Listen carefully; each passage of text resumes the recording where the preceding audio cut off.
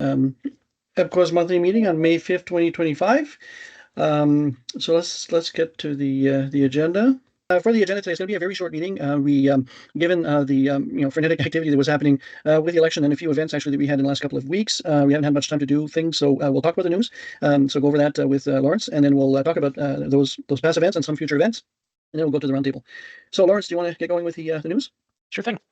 Yeah, so one thing that was pretty popular news item this month was the Slate truck announced by a startup backed by Jeff Bezos. And they're saying they're going to be building a very affordable pickup truck, but on the other hand, it's also extremely small and has very limited features. So it'll be interesting to see if this actually comes out. Obviously, would be a welcome onto the market, although it's very bare bones. It doesn't even have a radio. And they're still asking $25,000 for it, 150-mile range, which is like a Nissan Leaf from several years ago. So, will it be competitive? Will people choose it over a used vehicle? We'll see. I personally think that batteries are cheap enough that you can make a much more competitive vehicle at that price point if you really wanted to. So we'll see what comes up next few years. Okay, next item. Polestar basically just saying that they're disrupting their sales forecast for the year due to the fact that supply chains are being disrupted by the U.S. tariffs. But they're saying that they want to shift production more to U.S. and Europe to sort of stabilize their options for supply in North America and European market. And they're still expecting compounding growth over the next 2 years. Go to the next one. Interesting partnership here, but Saudi Aramco, basically like national oil company of Saudi Arabia, is partnering with BYD to work on EVs to sell in, I guess, Saudi Arabia and the Middle Eastern market and possibly other markets. And their Saudi Arabian government actually has plans to boost EV adoption, which is kind of surprising. But yeah, they currently don't have very many fast charging stations. I think they have like 100 in the whole country. But another interesting thing related to the story is that Tesla actually just started selling cars in Saudi Arabia. I kind of assumed that they already did. I didn't think they were like extremely popular there or anything. But yeah, apparently that's ramped up. Okay, go to the next one. Some more interesting developments down south, but U.S. Republicans had tabled a bill to create like an annual vehicle registration fee, and it was going to be $20 for gas vehicles, $100 for hybrids, $200 for EVs, and then they decided to get rid of the $20 for gas vehicles and increase it to $250 for EVs. So yeah, I mean, kind of unsurprising. A lot of smart moves being made over in that economy. So yeah, unfortunate for EVs in the medium term. But and also the other thing like to understand about this is the amount is like way too high. Like the reasoning behind it kind of makes sense. Like you want to have revenue for the tax revenue you get from selling gas, but the road fee that goes into gas, on an annual basis for a kind of normal driver, I don't want to say specific numbers, but it's in the ballpark of like $50, $100, something like that. Like it's not 200, it's not 250. Like it's on the order of being like half that or less. So it's if it was a reasonable fee, they might have a point. But anyway, go to the next one. It's kind of a bizarre one, but defense firms with employees who this isn't a North American specific thing, but like it was, there's a lot of people in Europe who have Chinese EVs, and their employers are telling them not to plug their phone into the car. But I don't know why they say EVs specifically, because this could happen in any vehicle. But like the argument is that the car could be running software that when you plug your phone into the USB port, it like steals files off your phone. I mean, that's theoretically possible, but usually when you plug your phone into something, like it tells you if it's in file transfer mode or not, and all the time you have to manually enable that, or you can even set up security settings. Like this is actually a good thing to understand, because if you go to an airport and you plug into a USB charger, you could be susceptible to the same kinds of cyber attacks. So yeah, it's actually not a good idea to plug into strange USB ports. But again, I mean, if the cars were doing this, it would be very easy to tell. So it seems like fear mongering. Okay, we can go to the next item. Yeah, automakers now lobbying Congress to block California's vehicle ban, which seems like something that's probably going to happen given everything the Trump administration has been doing. I mean, whether they really can do this or not, I guess they have to do it at the Supreme Court level and reach into California's state authority and force them basically by saying that it's unconstitutional to have this legislation. So that'll be unfortunate, because the California rules are have been pushing a lot of movement in the market. We can go to the next one. Toyota actually saying they're going to boost their EV lineup a lot. They want to have a total of 15 models by 2027. And actually the vehicle in the picture is an electric Helix, which I didn't even know they made, but they actually sell a bunch more EVs in other markets, just not here. Like they sell I think the BZ3 and a couple other cars in the Chinese and like East Asian markets. And they also released a facelift. This wasn't in the news items, but they facelifted the BZ4X and the Subaru Solterra, and they're actually like a bit better. Like they bumped up the charging range, stuff like that. They're a bit more competitive now. So good for them for doing that. And yeah, they want to have be moving 1 million units by 2027. Yeah, so my understanding is that the BZ3X is actually built by BYD, not by Toyota themselves. Right. Yeah, and actually, I think it's just the BZ3 because it's a sedan. The X means crossover. So yeah, there's a method to the madness of the BZ4X naming scheme. BZ stands for beyond zero, and then 4 is a rough marker of how big the vehicle is, and then whether there's an X tells you if it's an SUV. But very attractive name. Did I have any other stories? Oh yeah. I wonder why this is happening. Sharp drops in sales and profits for Tesla. Revenue down by 9%, but net income down by a much larger margin. So let's all cross our fingers and hope that the board does something rational. All right. I think that was all the news items. Okay. So I added something here just so that we would cover this. So for those of you who are aware of the subsidy situation, so in Quebec, they had run out of money in February 1st for the subsidy for EVs, and now they've returned a subsidy of up to $4,000. Don't know exactly what the conditions are. I believe it's similar to what they had before. At the federal level, everybody but the Conservatives was saying in the platform that they would they'd implement a subsidy at the federal level. So we're expecting at some point to get the $5,000 subsidy back. Not sure when, but hopefully that'll happen relatively soon. Raymond, Yep. the Quebec subsidy, that's $4,000. Is that still declining? Because they'd announced that they were going to ramp it down, or is that $4,000 now for the foreseeable future? No, it's still declining. So it was 7,000 last year, right? And it will decline to zero within 3 years, I believe. Okay. So yeah, so that's still the plan, right? But at least they have money now to continue offering the declining subsidy. Correct. Okay. And that, and you'll see in some of the comments I'll make later that it's not clear that we really need subsidies, but I'm sure they do help, generate more sales. I know I have someone, a colleague at work, who steadfastly refuses to buy an EV until he's given more money from the government. And his number, for some reason, is 12 grand. He just wants 12 grand. And if he doesn't get 12 grand, he's not going to get an EV. So can't really argue with that with him. Well, too bad for him. Yep. Anyways, any other questions, comments on subsidies? No? Okay, cool. So thanks, Lawrence, for the news. It certainly is yet again an eventful month in the EV world. Let's talk about the past events. So as usual, we have the Kilowatts and Coffee on every Saturday where we have no other event. So April 12th was the exception this time around. So the Gatineau show was on from the 11th to the 13th. We'll talk about that in a few slides. So, anyways, we had Kilowatts and Coffee at 3 occasions during April. Now, like I said, April 11th to 13th, we had the Gatineau show, and these are a few pictures from the show. There's some posters at the lower left-hand corner. There's the beautiful ID Buzz that some of us got to try out at the event, and a lineup of Cadillacs on the upper right-hand corner. For some reason, a lot of the cars were white. A lot of great cars, but mostly white cars. But anyways, lots of cars, about 140 cars total. We worked with EVCO, and they actually paid for our meals. So that was fun. And we several of us did some test drives with EVCO.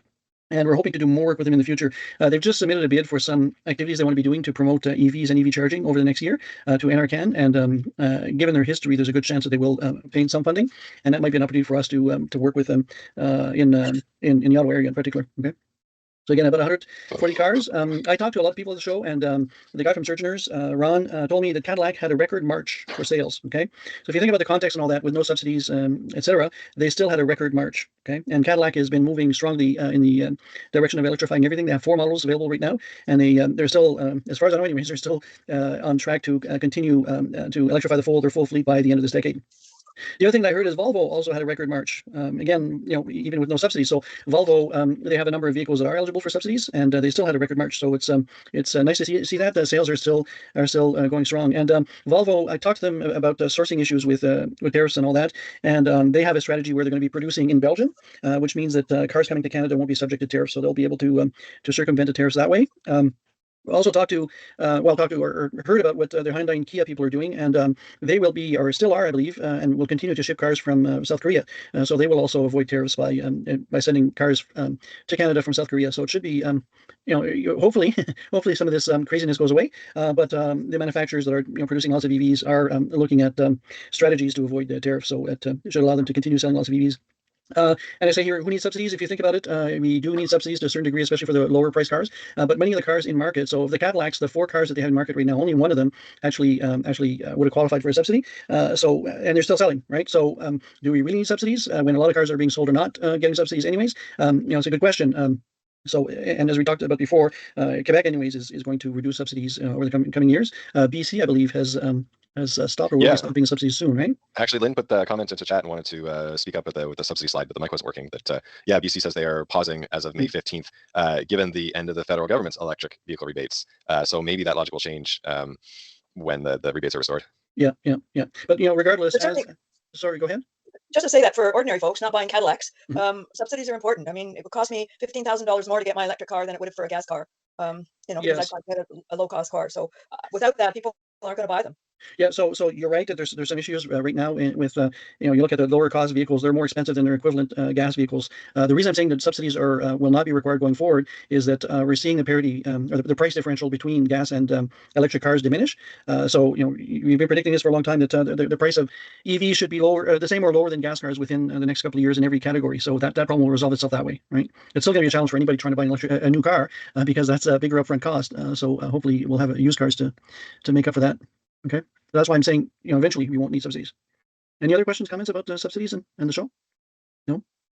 Okay. Next event is thanks to Lynn and the five, we were invited to the Blackburn Hamlet Discovery Cafe, and Mike did the presentation at the cafe, and then afterwards we went outside and talked about the EVs that were there. The attendance was quite good. I don't remember the exact number, but the room was pretty full and had lots of really good interaction. No, like there was about 30 people there. Yeah, about 30. So that was a pretty good group. Yeah, so and again, very good interaction with the people that were there. So I'm very happy about the event.